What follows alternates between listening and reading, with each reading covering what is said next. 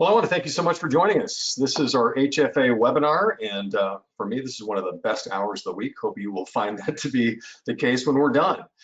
We are focusing today on digital marketing, and if you noticed when you signed up, it talked about creating momentum. I think that's one of the things you're going to hear a lot about today is not just sort of a one and done, but how can you really, as a retailer, make sure that is a regular cadence on digital marketing and that you're building your audience. We have a great panel today. First of all, we have two retailers joining us. Josh Hudson is president of Hudson's Furniture from Florida. They've got a number of stores primarily in the central part of Florida. Josh, good to have you here. We appreciate that. Also, we have Consigli. She's with Circle Furniture in the lovely Commonwealth of Massachusetts up in the Northeast, and she is joining us. She's somebody that's done a lot for them when it comes to digital marketing. We appreciate your expertise today. And also David Enos is joining us. He's the Vice President of Sales for Phelps Digital. If I was going to sort of put them in a capsulization, I would say that they are basically a digital provider management for retailers. They're really the ones that help you coordinate all of this. And we're going to do this a little bit differently today, is that for a big chunk of the first part of this, David's going to be there to really listen to what's being said and the responses to a ton of the questions you guys have already sent in. We're going to be responding to that. And then we're going to bring him in to really kind of talk about some of the best practices revolving around what it is that we have that we've already talked about. So a couple of other things I want to mention. You do have on the right side of your screen the ability to send us questions. Many of you did that in advance. I've got a ton of them. We're going to be getting to as many questions as we can. And of course, this is also being recorded. So when you're done, this will be posted at myhfa.org, and it'll be available for coworkers or whoever else might want to peek at it. I do understand, by the way, there are people that watch this multiple times so they can pick everything up. But first of all, Kara, Josh, David, thank you so much for joining us. Josh, I'm going to start with you. Let's just kick this off from the standpoint of talking about digital marketing as far as Hudson's is concerned. You guys have tackled a lot. I know when it comes to everything on the e-com side and digital marketing, things of that sort. How critical of a piece is this for you right now? It's huge right now, and you know, it's been a roller coaster of a ride just figuring out the digital strategy. But I tell you what, it's really grown in importance this past year, and you know, there's a lot of new information and new technologies and stuff that are out. But yeah, it's super critical. I mean, everyone knows that, you know, the internet was important, and now post-COVID, everyone knows it's like mission critical. Okay. Kara, what about Circle Furniture? What about for you all? Has this been an integral piece like we've heard from a lot of people, or has it been a struggle? Or tell me. It's been something that we consistently focus on. I would agree with Josh that, you know, ever since COVID hit, the internet is the way, and that's how people are finding their information. So we're constantly trying to innovate and make sure that they're fresh and reach people in different ways. Let me ask you this. You know, we've gotten, again, I mentioned this, a ton of questions already. So for each of you, and I'll go backwards here, Kara, ask you first, what are the pieces of digital marketing that you're finding to be the most important? Because we say digital marketing, it's a pretty broad subject, but what are the pieces that are the most important for you guys at Circle? I would say that our biggest emphasis is on content marketing right now. It's been a huge focus for us over the last 2 to 3 years. So what that means is we're constantly trying to create content, whether it's blog content, video content, social media assets, any type of way to interact with our potential shoppers online. But we've had a very heavy emphasis on content marketing. And how organic is that? I mean, is this something you're having? I know there's some stores that salespeople might even create some of that content. How's that being created right now for those different channels? So we have a dedicated content writer that works with our design team. And then we also have a dedicated videographer that also works with our design staff. So our product experts are involved in our content marketing heavily. Wow. Okay. So literally out there on the floor, essentially, if I can say that. Josh, let me ask you, what do you think is for you guys the piece of digital marketing that's been the most important for you? Well, I think for us, like the basics, you know, the blocking and tackling of, you know, paid search is a big one for us. So that would be probably our primary, is just we're focused on really paid search. I like Kara's approach too. I mean, the content is really awesome as well. But yeah, our heavy focus is paid search. Okay, interesting. And what have you found to be the really the ROI in that? Have you been able to measure that to any great degree? And if so, what have you noticed? Yeah, I mean, it's interesting because along the, paid search has been around for a long time. A lot of people have been doing it, and it used to be the goal was, well, if you get website traffic to your store or to your site, then you'd get it to your store. And so it was kind of an easy goal to set. It's like, oh, just drive clicks and then your store sales will go up and then that'll funnel into sales. But that's changed, for us, and I think for a lot of people in the last 4 or 5 years. So we look at several different metrics, but one that we really like is a new one that Google has, which is just an actual cost per store visit. We think that's a really good metric to help drive our store traffic. That's ultimately what our primary goal still is. It's either, you can start as a lead on our website and we can convert you there, but we still love you to come in the store. Which has not always been easy in the last number of months with COVID restrictions. I know that Florida's been a little bit different in how it's approached a lot of this, but how has that impacted it? Have you had to make any tweaks to that digital approach, knowing that you can't just sort of fully just drive people, just come to the store, come to the store, come to the store? Yeah, we do. We had to implement a contactless system for being able to handle leads. And so we put one together. I mean, we were already working on it. Thank goodness we were working on it and heavily before COVID hit. And it kind of came together. So we were able to, handle a lead from the website completely contactless. So yeah, that really was a big game changer for us also, and a big focus. Kara, let me ask you this: as far as the all that you mentioned about the the content marketing and all that you're doing, how do you get an ROI from all of that? Is it just a question of clicks and likes and things of that sort, or what are you finding to be the key ways? Because so many of the retailers listening to this and who've signed up today have been asking about that. They want to know benchmarks and ROI, et cetera. How do you measure? So we've been able to put a system in place with our website and where our blog lives and how our pieces of content are categorized, that we can actually track in our content management system where there's been a purchase if they originated on a blog. So we can actually see if a blog that someone inputted their information and said, yeah, I want to follow this, we can see that that was their starting point. And then if they made a purchase, we can see everything that they made, every step that they took.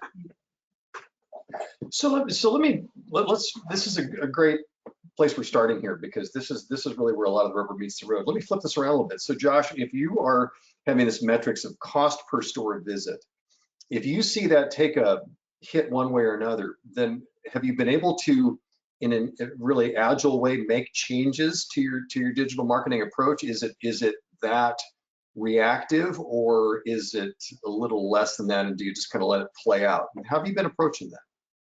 Yeah, you can shape the campaign just like you said, and it's not exactly my expertise. I sort of manage it, but I do know, yeah, we shape the campaign around. You can see which different words or categories are going to be giving you the best return, and so you can dive in on those. For example, if a certain category is something, or a certain phrase of words like tropical furniture or whatever, if some of those catch on and you say, okay, well, you can shape the campaign. You might be able to learn if tropical works, then something else, a word similar to tropical, could work to drive customers in. So yeah, we're constantly, we call it optimizing the campaign to find the cheapest way to get the best return on the customers that are out there with those search keywords. I love that term that you just used. Kara, what about you guys? And are you constantly optimizing, to use Josh's terminology? How are you reacting to what you're seeing in those responses? Yeah, I mean, if we're seeing that people are really engaging with content pieces that are informative of whether it's a certain product or a certain category of products, we're going to keep making and thinking of ideas of how we can create more content around those products, because it means that they're widely searched. But similarly, we take those content pieces and we also use them in our paid social campaigns. So we're able to track them that way. optimize our Facebook and our paid social campaigns that way as well.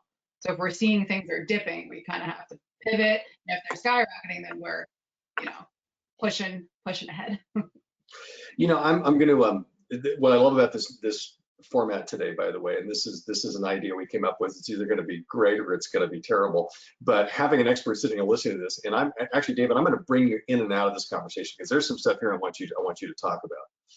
Let me ask you this: what we just heard from both Josh and Kara in different ways is this really being reactive to what's happening and what they're seeing on digital marketing. How critical is it to be that agile? I mean, and to be that on top of it, because what I'm hearing both of them say is this isn't just like a set it and forget it. This is truly a watch it, and you've got to sort of see where you're going and react along the way. Give us your thoughts about that. Yeah, absolutely. So, both of them said it really well. When you think about constantly being able to optimize and focus on the things that matter, whether it's an end result or it's a path to an end result, you can't sit there and let it run. Those days are long gone, and a lot of folks used to do that, and a lot of folks still do that today. But when you're marching towards something like a cost per lead or a cost per store visit or a cost per interaction on Kara's side, you're able to measure and quantify what are those costs and what are the benchmarks that I can create for myself. And then how do I drive that cost down over time? If you start to compare, whether it's month over month or week over week, or maybe it's content over other specific content, you can get a ton of data that will help you make the right decisions and pivot, but you have to have the management under control to be able to say, this is what's happening and here's where we need to go. So both are spot on about, you can't let it sit there. And if you're agile and quick, then you can spot things and spin in a really quick way, an interesting way to go and get the result that you want. And so whether it is a cost per store visit number, or it is, different pieces of content that you're pushing people down this funnel, you have to manage it and make sure that you're hitting your own benchmarks and continually trying to beat yourself at this own game, sort of is one way to really think about it. And I think Josh was the one who used the terminology here, but they both clearly at Circle and at Hudson's they do this, but you have to have a system in place, right? This is not something just to sort of jump into and hope that good things happen. I'm assuming you would tell us, certainly as a consultant to people, you would tell them you got to have, if you don't have a system in place for this thing, you're just sort of wasting time and money. Yes, no? Yes, yeah. You have to focus on it and manage it as if it would be any other initiative in your business. And the hard thing is with digital, it's so easy to just put an investment in and then watch it go over time. The hard part about that is knowing the things to look for and the questions to ask and building a plan that's going to drive towards an outcome. And so if you let it sit and run, you're going to get something whether you want that specific outcome or not, you're going to be left with it. So, if you do focus on that element, you can get to an end result that you like. And that was the whole point to begin with. So, you absolutely do. You can fall victim to that if you just let it run. But just like you would anything in the store, if you manage it and you're leading in the right way, you can set things in the right direction. And that's how you really have to view your digital investments as well. Okay, I'm going to put you back in timeout. That was awesome, but thank you. It's not really timeout, David. I'm just having a little fun here. Josh, let me ask you a question. This is so much the most common question. How do you decide what your spend is on digital? Because the one thing I heard from so many retailers when COVID hit and it was all suddenly virtual was standard advertising went out the window. And as you try to balance this out, I mean, how do you decide? Do you have a percentage that you work with? I'm just kind of curious your thoughts about how you manage it. Yeah, I'm going to share with you what I would do, and may not be what some people would, but I would recommend to anyone that they start with a number of their budget that they are really comfortable sort of gambling with, and they don't build it until they're confident that it's driving in the right direction. So, whatever you're looking like if you say you want to get to 20% is probably the number you hear the most, but if you want to get to 20 and you say, well, I hear about that in the industry, don't start at 20. Start with 5% or 10%. and then really get confident that you're getting the results you want. Because, you know, spending marketing dollars, I'm speaking, you know, mainly for myself, how I feel, you know, I'm nervous about them. And I think that you need, you know, like David said, you need the right partner, the right goal, and you need someone that's willing to partner with you to start small and then take it easy with you. Someone that swoops in and says, oh, I got the magic number, it's 25-30% of your budget or whatever it is, hold on to your wallet, you know, or go to the next person is my recommendation. Well, I mean, because what I'm hearing you saying, I want to make sure that I'm hearing you correctly, is that you want to be a little bit speculative because you got to see what your results are going to be, right? It's not just a magic pill. Kara, let me get you in on that question real quick as well. Do you guys have a thought about that as well? Has there been a budgetary formula for you guys when it comes to the digital marketing spend? I think that, well, if you count in like our content marketing, like we have dedicated roles that I think make up those expenses. So if you count it that way, a big part of our budget would fall under digital marketing. But if you're talking about spend for campaigns, if we're trying something new, we're definitely going to be a little bit more conservative. And we're working with a team that we trust, and we trust that they are, and we've been working with them for a while now. So we feel confident that if they're suggesting something to us, that they're going to check in with us and we're going to check in with them on how it's going. So we can put a kibosh on it if it's not going well, or they'll say to us, hey, I got to pivot and I have to put this money somewhere else because it's not working. You use the term conservative. I think that's what Josh is talking about, just being conservative out of the gates. Let's do this. We have a poll question, and I'd like to involve the audience here because I think this is really great. So you're going to see this on your screen, and you can actually vote. The question is, what percentage of your advertising budget do you spend on digital marketing? Be honest here. We want to get your input here. So do that for us, because I think this is a great point to talk about this. You know, I wasn't going to cut to the money question this early, but it makes sense to, because it's such a key element of this. So once again, what percentage of your advertising budget do you spend on digital marketing? And while that is up there and we wait for the results, David, I'm going to bring you in. Is there a formula, or do you like what you're hearing from the rest of our panel here relating to the fact of, you know, you got to dip your toes in the water first before you jump all the way in? Yeah, no, I think both approaches are totally appropriate, and you've got to really think about it from your own perspective as a store owner. You know, you're going to know your business better than the people who you may partner with, and so you want to make sure that whatever budget you come up with in the first place is going to be achievable, realistic, and, you know, something that's not going to break your bank. But, you know, some store owners like to look at it as, you know, my total marketing budget is a gross percentage of sales, and then you sort of build in a percentage of that total budget to be digital. We do find, you know, to Josh's point earlier about somebody stepping in and starting maybe between 5 and 10%, that might be a good starting point. But we've actually seen a huge shift in the last, I'd say, 7 months, where the consumer is now, you know, hyper focused on research and digital, because that's how they are shopping and researching and purchasing from their homes.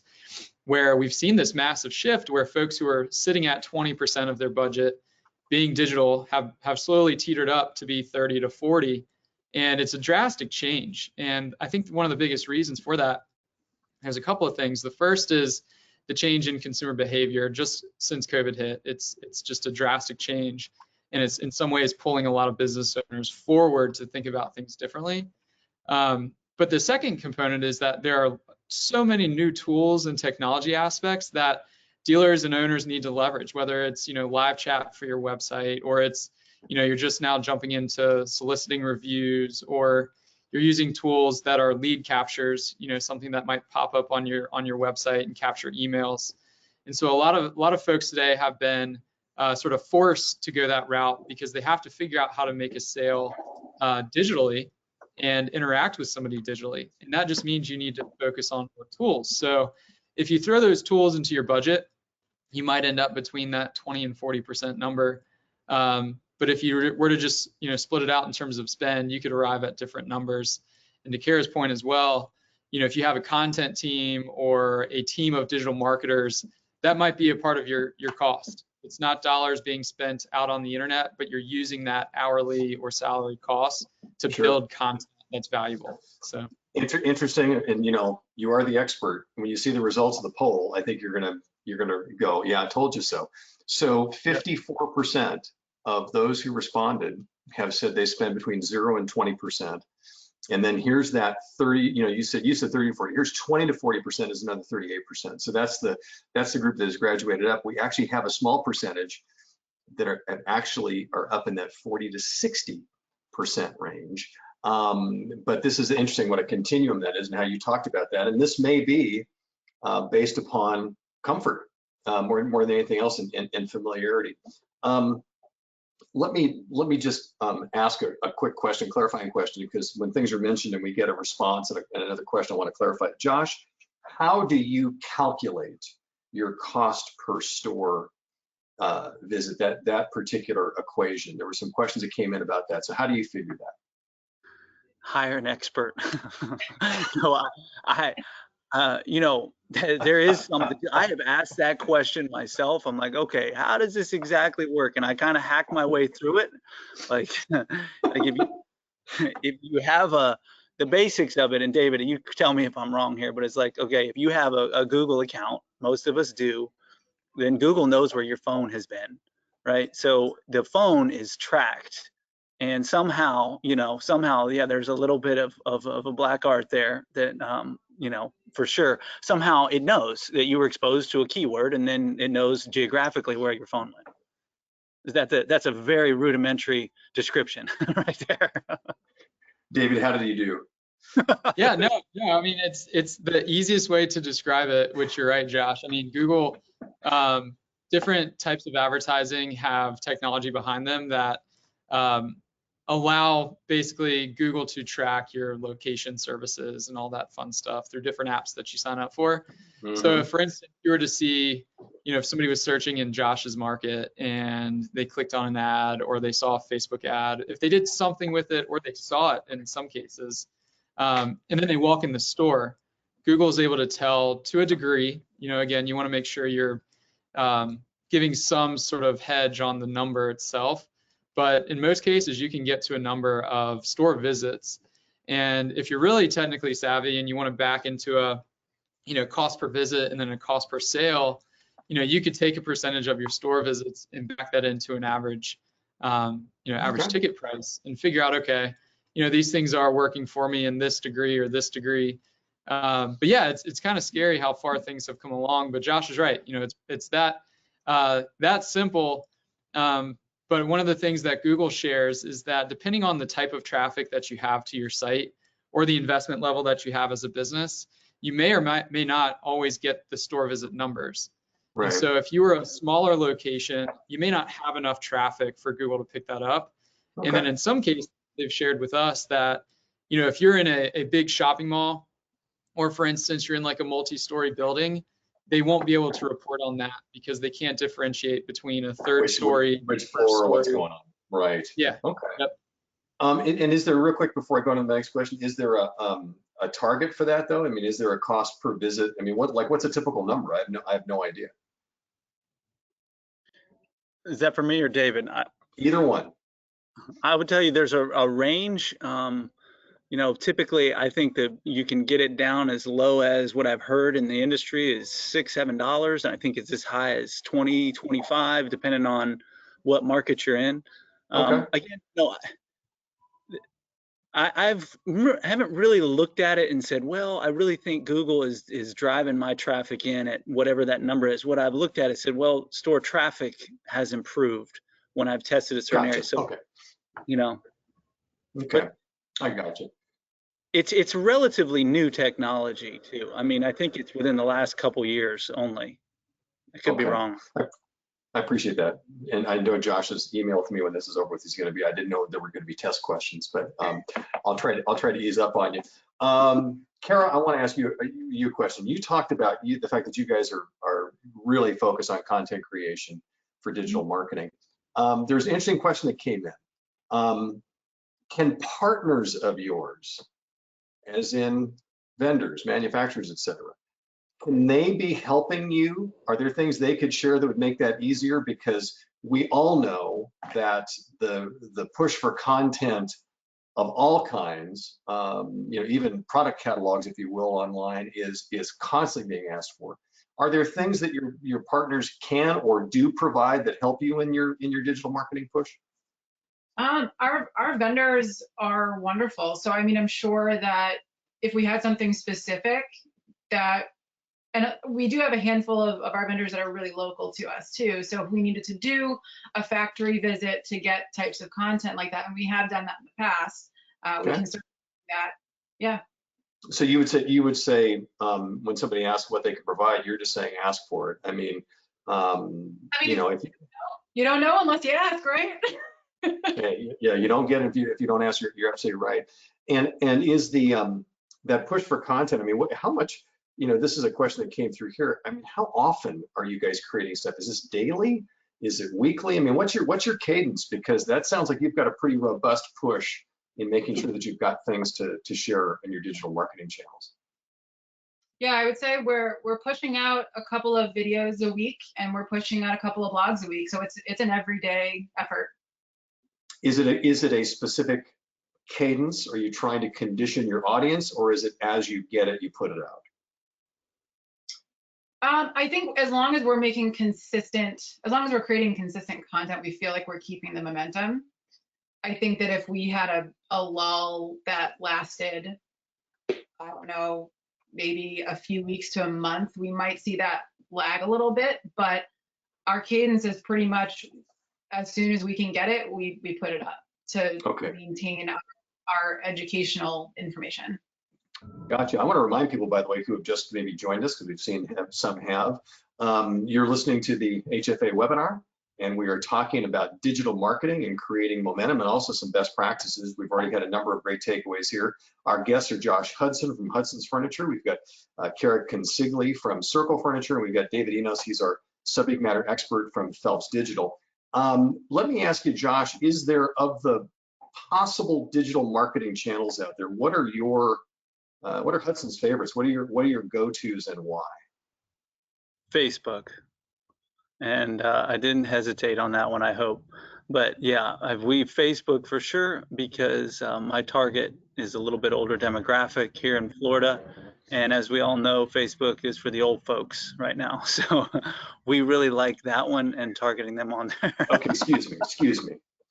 Define old folks, because you may have alienated one member of it. No, you don't have to do that. I know I'm in the demo. I know I'm in the demo. That's okay. But so let me ask you what I just asked Kara though. Are you guys consistently? I mean, are we talking about daily? I mean, do you have like a feel for your cadence as far as Hudson's on Facebook? Yeah, we always have a Facebook ad campaign running, so that's the paid portion of Facebook. We believe again that one is the one that really drives the traffic. If that's what we're looking to do, drive traffic to our website, which can become a lead there, or possibly also come into our store. So we are out there all the time on Facebook with a paid advertising message. Okay. Now, Kara, for Circle, are you guys going after people much younger than me, or who are you going after, and on what channel are you guys finding to be your bread and butter?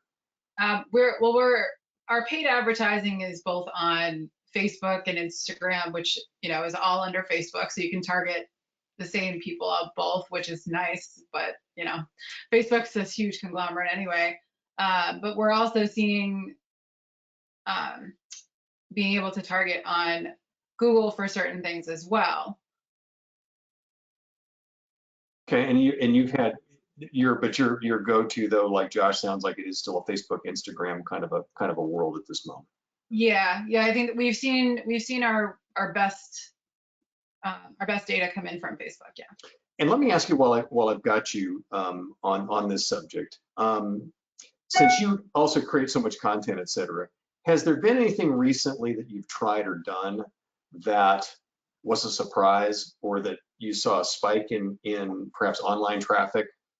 Anything along those lines? Anything that you think about that when you got done with it, you went, man, we nailed that one. That was right on target.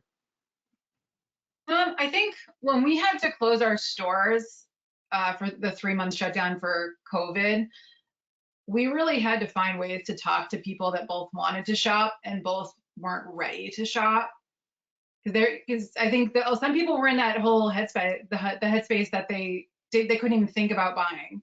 So we had to talk to both at the same time, and we were able to do that through both email and social media. And I think that we saw that when we reopened our stores, we had customers come in ready to buy, and we saw that was a really good use of our effort when we were closed. And for those of you that aren't aware, I'm sure most of you are, up where Circle Furniture is, those all those retailers up there were the first to close and last to reopen. So you guys had to deal with perhaps the largest chunk of closure time. So that's an amazing story.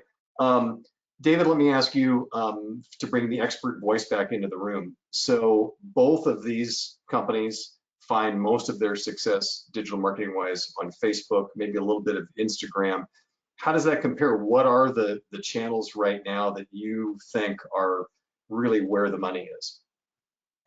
Yeah, I think both are right in line. I mean, if you really want to go down a route of Facebook, just look at the growth they've had over the last, 3-4 years.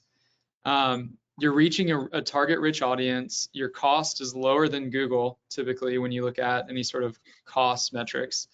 And you can get really good data from it as well. So if you really want to go the most efficient route and try some different things within Facebook's different ad platforms, that's the best starting point. And today we see Facebook up there in terms of one of the top performers and where the most investment would come from across the types of groups that we work with. And the secondary to that would be things like your basic Google search, just Google as a platform. And then you look at, another one underneath that could be things like dynamic display or certain elements of retargeting that are new. And then you've got email marketing and OTT. But absolutely, I mean, Facebook would be where if I were in that position to say, gosh, what am I going to really get the most out of, and how can I get the most efficient and targeted? Facebook's going to be a good option for you. And if you're taking it to the next level, you're going to want to use all the data that you have already, whether it's customer lists or it's email lists.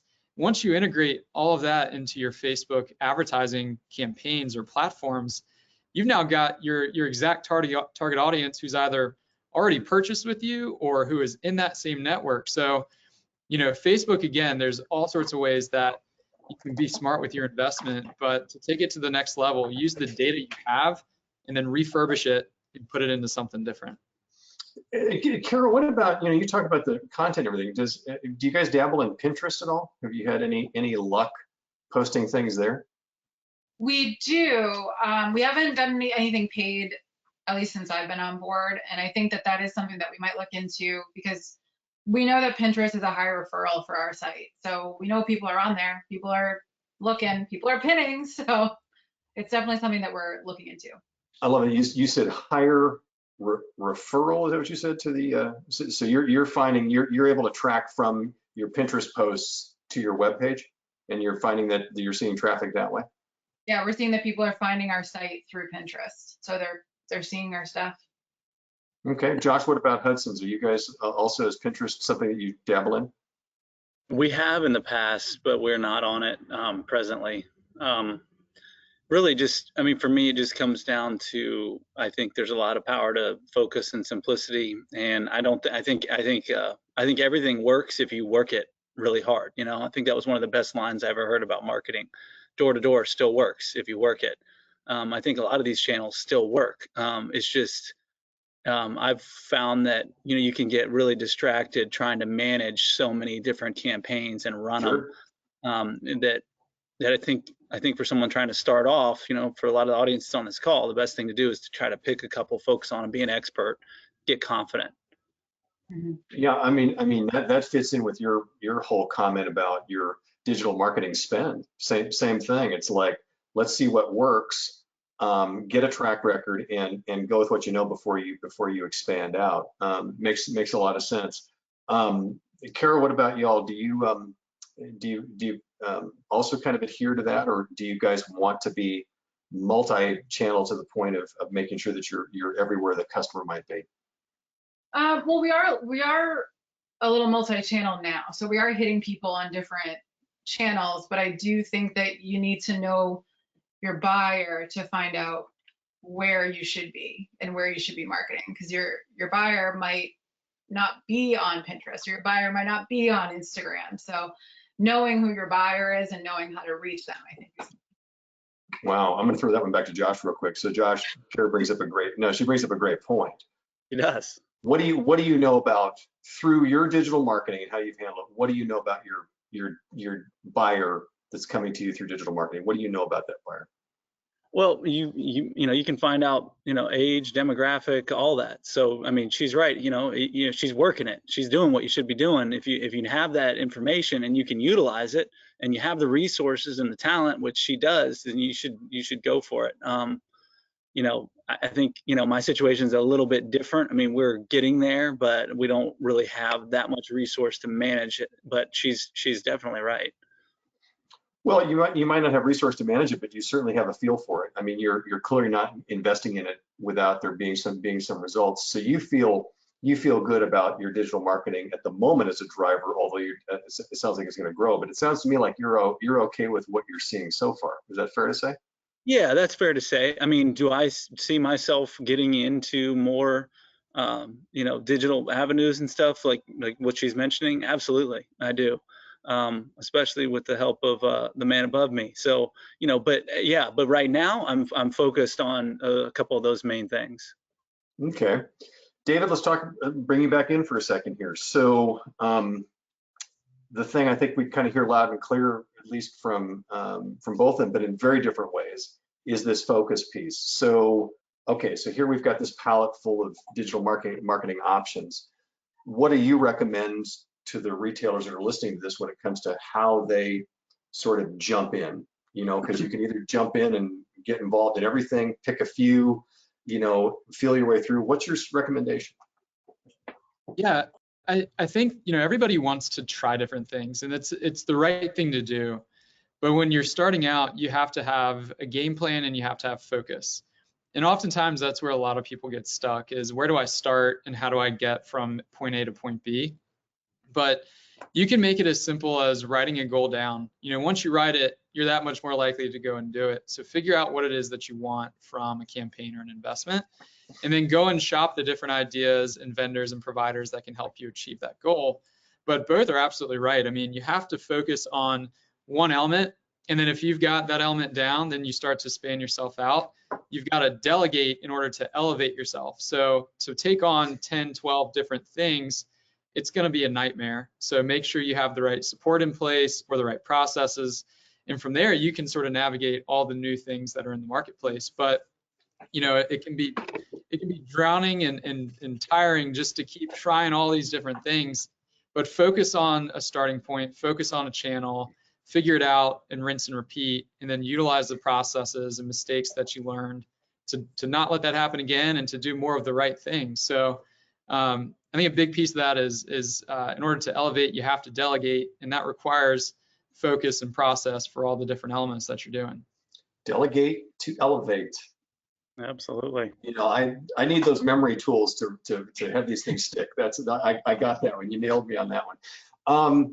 Kara, let me ask you a question, and particularly again, since you guys are so focused on the content creation, which, by the way, I'm thrilled that you're part of this conversation today, because I always hear so much about this from other retailers about that creation of content and the critical importance of it. But as you create this content, you have this delicate match, and I've heard this from so many that say what we put out on digital marketing and social media and everything else has to match the store experience. It has to match the voice and all that kind of good stuff. So talk about that.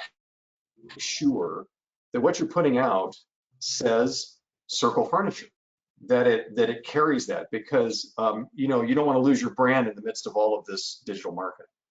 Right. So I'll talk about our videos for a quick second. So our videos, well, all of our content is led by questions that our customers are asking. So they're asking them in the store, and then we're responding. I mean, it's not immediate, but if someone is asking us about a particular sofa, we're going to shoot a video with one of our design consultants that they can see in our stores, literally giving them the same experience on video that they could get in the store. So we shoot them in our showrooms in front of the piece that they might be asking for, or talking about a topic, whether it's about wood or upholstery, depending on what we're filming. And our product experts are the people that our customers see in the store every day, whether it's our store managers or our design consultants.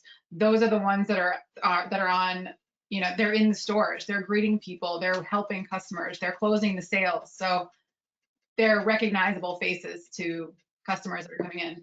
Awesome. So you're promoting the brand also through the people. You're not having a hired gun be your spokesperson. Let it be the personalities be the people in the store. I just want to say something. I think that you've hit one of the biggest takeaways that we need to take through this, and I love this. And I want to get actually Josh's reaction to that. I love that you're saying customer questions lead to your videos and what you put together. So you're answering that and really responding to the customers. Josh, what do you think about that? That to me just is a really cool approach. Yeah, I want to know if Kara knows that we're hiring and Florida's beautiful and sunny. We can't do that. I'm sorry, we cannot do that. I would lose a friend. And anyway, but no, but you got to admit that's it is. It's super beautiful. It's super strong. And you know, there's always been, like, for me in marketing, there's always been a difference between what I want to do and what I can do. I mean, I'm a little bit from the school of camp of, like, perfection becomes the enemy of progress too.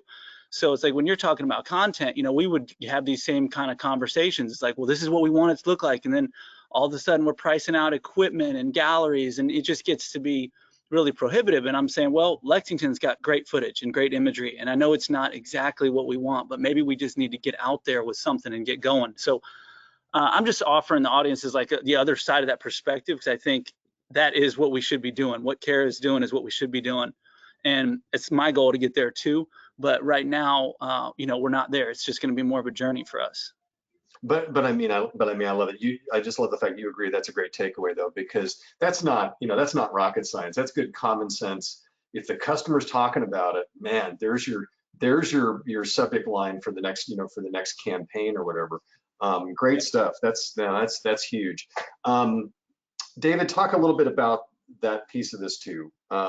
You know, we're not just talking about the technical aspects of a digital marketing campaign and managing that whole thing. That you've got to have your brand in there too. How do you not make sure that you don't lose that in this push to just get the word out?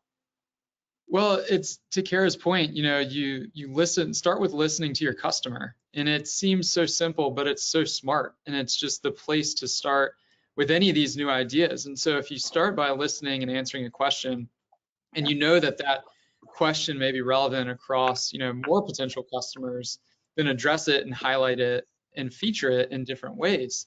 And so the fact that it's relevant and it's simple and it's from your customer and your target audience, you should use that as leverage to go and create new things that can appeal to those same types of people. So that part is on point. And then even thinking about, Josh, you had mentioned something about Lexington. So, you know, a lot of folks today, if you do have certain brands and manufacturers that you work with, they have assets that they've produced. They put a lot of money into making good production and giving you the resources that you need. You have to tap into it, and you can repurpose it to make it feel and look like your brand. And that will save you on potential costs and time and having to go build it yourself. But it's an easier way for you to leverage what you have today as resources, but you have to go and find it. And so normally you do that through one of your reps or somebody that you know. But repurpose it. So you can go the route of creating from scratch, which is wonderful. But if you're not quite there yet, you should have resources available in the form of your partners that you work with, manufacturers that you support. So use them. I mean, that's the smartest thing you could do is take that, repurpose it, and then make sure that you're in line with your own brand to get out in front of customers. But content is so important, and I think it's going to be a more important thing down the road as businesses try to pivot and be more personalized and build their brand. Content will be a big piece of that.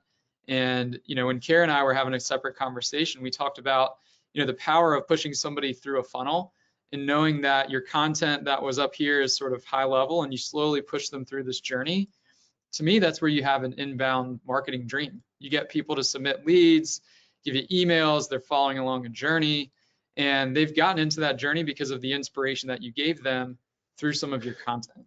And so, I would say folks need to leverage that, whether you're creating it yourself or working with folks on the floor who are designers or hands-on with customers.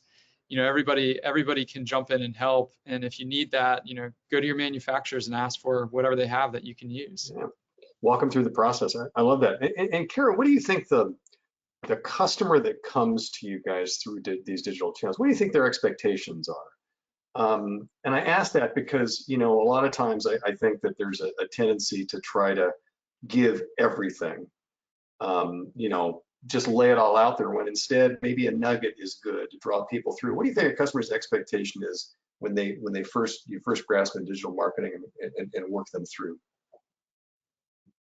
Well, are you referencing our content marketing, or are you referencing? And you take the question wherever you want to take it. So I think, everyone is searching any question that they have, right? So Google is this huge mammoth of a search engine, and most people are going to go to Google if they have a question. So if they find us through a Google question, I think that their expectation is that they're finding an answer to their question. Okay, so get to it. In other words, make sure that you've got some substance there. I love that a lot. Hey, let's do this. Let's do another poll question if we could. We've got one more that I think would be good for us to talk about that fits in with what we're dealing with right now. So if we can pop that one up, I'm going to show you this next one. So it says, what area of digital marketing will you be focusing your time, money, and effort on going forward? What are your plans? Because we know everybody's got should have underlined their 2021 plan in place. So, and it says select all that applies. So the customer experience, talking about website, navigation, et cetera. Social, and then David, take us through these last few as far as to really define these for people that maybe don't understand what they all entail. Yeah, absolutely. So the third one you have here is Google search /SEM. So SEM stands for search engine marketing, and Google search is pretty much what it sounds like. You go to Google, you type in a question or something that you're looking for, and you generally have the option to see different ads at the top.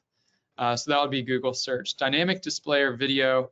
Dynamic display today can be a number of different things. Generally, it is, when you're following somebody around with an ad and they went to your site and then they left, that would be retargeting. But there's new forms of display out there today that allow you to leverage customer information and data sets that folks buy to then go and target audiences proactively. So dynamic display is something that's been around for a little bit, but it's getting better as far as performance. And then OTT, or over-the-top advertising, is sort of your standard. I'm gonna get in front of an audience who is streaming their content today. You could consider them the cable cutters, and they're investing into things like YouTube TV or DirecTV Now or Hulu or any sort of streaming platform could be considered in the OTT category. Okay, so again, the question here is which of these will you, the retailer, be focusing your time, money, and effort on, and click them all. And as we wait for some of those results, David, let me ask you the question as far as the customer expectations. What do you think? What are you hearing that the customer expectation is when they connect with a Hudson's or a Circle Furniture or any retailer for that matter through one of the digital marketing channels? Yeah, I think you have to start at the basics, and it goes back to sort of blocking and tackling, which Josh mentioned earlier.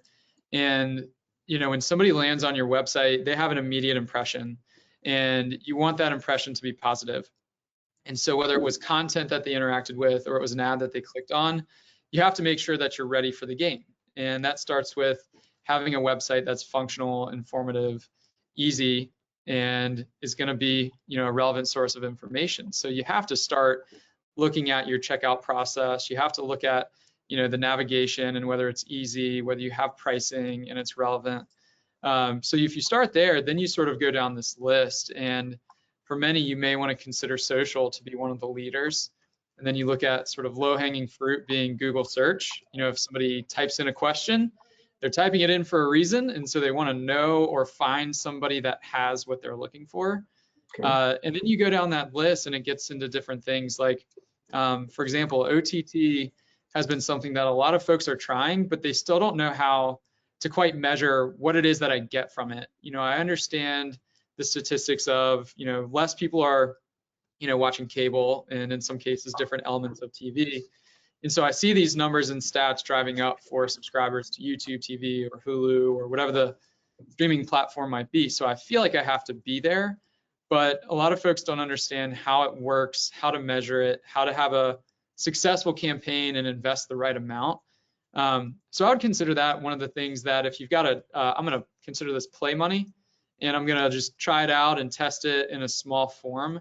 You might want to go that route. Just so because Josh talked about that speculative aspect of it. Yeah, I mean, that makes a lot of sense. Let's see what the results of our poll are, by the way. Let's take a peek here. So 82% are talking social. Coming in second is Google, and of course the search engine, management, et cetera. And then of course website. I don't think you guys are surprised that there's a little bit less in the dynamic and OTT, but those are still pretty strong numbers. Again, everybody could vote for multiple things here. That's why the percentages add up to much more than 100%. But it's interesting, and I guess David, real quick, and then I want to get to a new question for our other panelists. But you see how that's spread all over the place. Any concerns about that? Do you feel like there should be more focus to that? Should you pick 2 or 3? What are your thoughts about that? Because man, that's a palette of a ton of places where you could throw your money. It is, and it goes back to focus and understanding what it is that you're getting from each element. So I'm not surprised to see, Google search, your website, and social being the leaders. I think those are the most familiar with people, and people are the most comfortable with those platforms. So it doesn't surprise me to see dynamic display or video at the bottom, or even OTT. So no concerns, but I think it shows that there's a healthy amount of people trying, those last 2 options, which were dynamic and OTT. So I'd be curious to hear what some other people's experiences were just in those 2 formats, because it is new. People are trying to figure it out, and there's all sorts of ways to go about tackling that. So, Kara, are you into that at all? You guys dealing with either OTT or any of that yet? Not quite. I saw you nod. No. Okay. Here's my next question though for you that I'm curious about, Kara, because you said talked about the dynamic of how you guys had to really react to being shut down. Are there things that you honed during the pandemic's shutdown that have been the things that have really stuck, and that you're finding now are the bread and butter, when at the time they were more implemented because it was a survival thing? What are some of the things you've taken from those first few months that may be permanent pieces of your plans when it comes to digital marketing and advertising?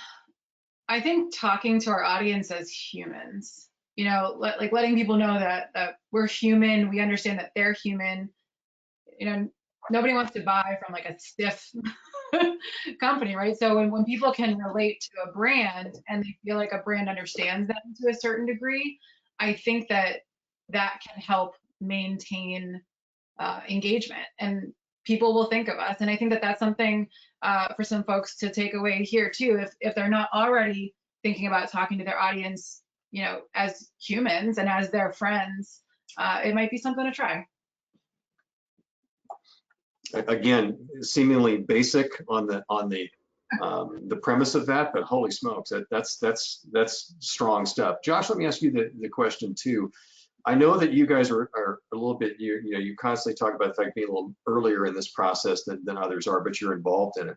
What have been the changes since this whole pandemic started that have become sort of the bread and butter now for a lot of what you're doing as well when it comes to the digital side of things? Website chat, for sure, is the big one. And if I can go back to your other question too, I just want to tell the audience one. You mentioned on the other channels, the 4 that were out there. What I would tell someone is that the newer the channel is, like let's say OTT or whatever, there's two aspects of those new ones. The newer, the higher the likelihood is that there could be sort of, I don't want to use the word fraud, but I mean, there's a higher likelihood that you're not going to get a return on your investment the newer it is.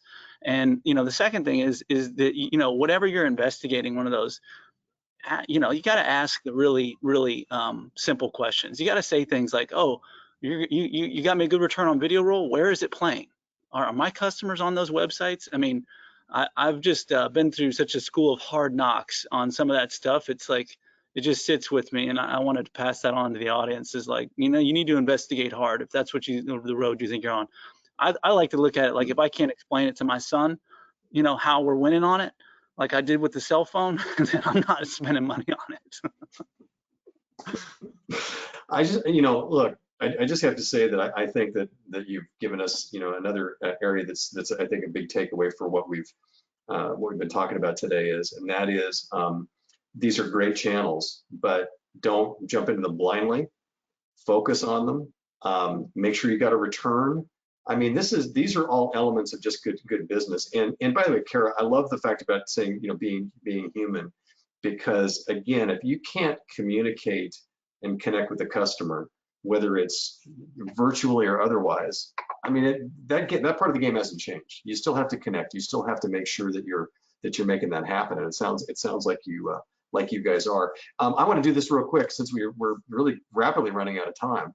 I would love to kind of put up the takeaways that we have really pulled from this conversation today. That the team behind the scenes does a good job of kind of listening to this and kind of mapping it out.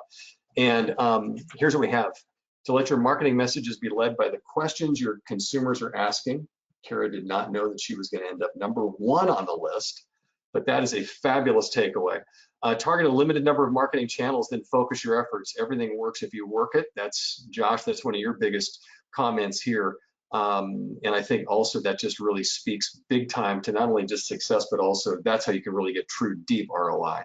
And utilize available data points to determine ROI, staying agile and optimizing your campaign effectiveness. David, that's the biggest takeaway that we had from you in this whole situation as well. Here's a few more. Facebook represents one of the most efficient and targeted social media platforms today, so it still is really sounds like #1 that you all are saying. Align social platforms you select to market on with your business target demographic. The older folk that shop at Hudson's, apparently, older folk like me. Digital marketing budgets have steadily increased, and a critical aspect of your digital marketing plan. So picking that percentage, we've heard from both our retailers today about making sure that you feel confident that what you're spending, that you're going to get something back on it. Don't just go all in with 50% of your advertising budget. Test the waters, kind of get a little bit of a better idea on all that. I do want to make one reminder here. If we can put up the other slide, I want to just mention it as we're working our way toward the end here about our 100 to 100. We are celebrating, even though this has been such an odd, strange year. This is the 100th year of this association, founded 100 years ago during another pandemic. And we want you to share your stories. This is an association that was founded by retailers, built by retailers. It is retailers. So you can share your story at myhfa.org/100. We would love to hear about it. I want to personally thank the three of you.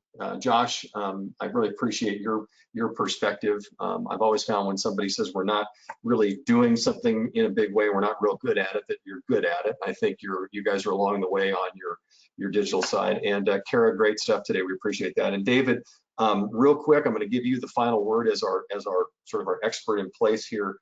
What would you say really quickly are the things that the retailers listening need to remember about digital marketing, not just today, but going forward? Yeah, absolutely. You have to have a game plan, and you have to know what it is that you want to do. And so if you start with a game plan, write it down. And that means having a goal. What do you want to accomplish and why?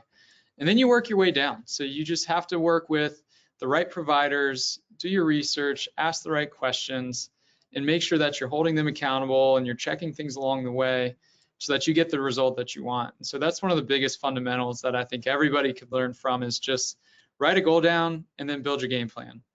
And it's really simple, but if you forget to do it, you'll end up in this continuous circle and you'll be right back where you started. So avoid that. Just build a game plan. Have a goal. Appreciate that. David Enos, Kara Consigli, and Josh Hudson, I want to thank you for joining us, and I want the three of you to not only have continued good health, but hope the holiday coming up next week is one where you have a chance to recharge. We certainly all need it. We certainly feel the same way for all of you joining us today. Thanks for being part of the HFA webinar, and we will see you next time.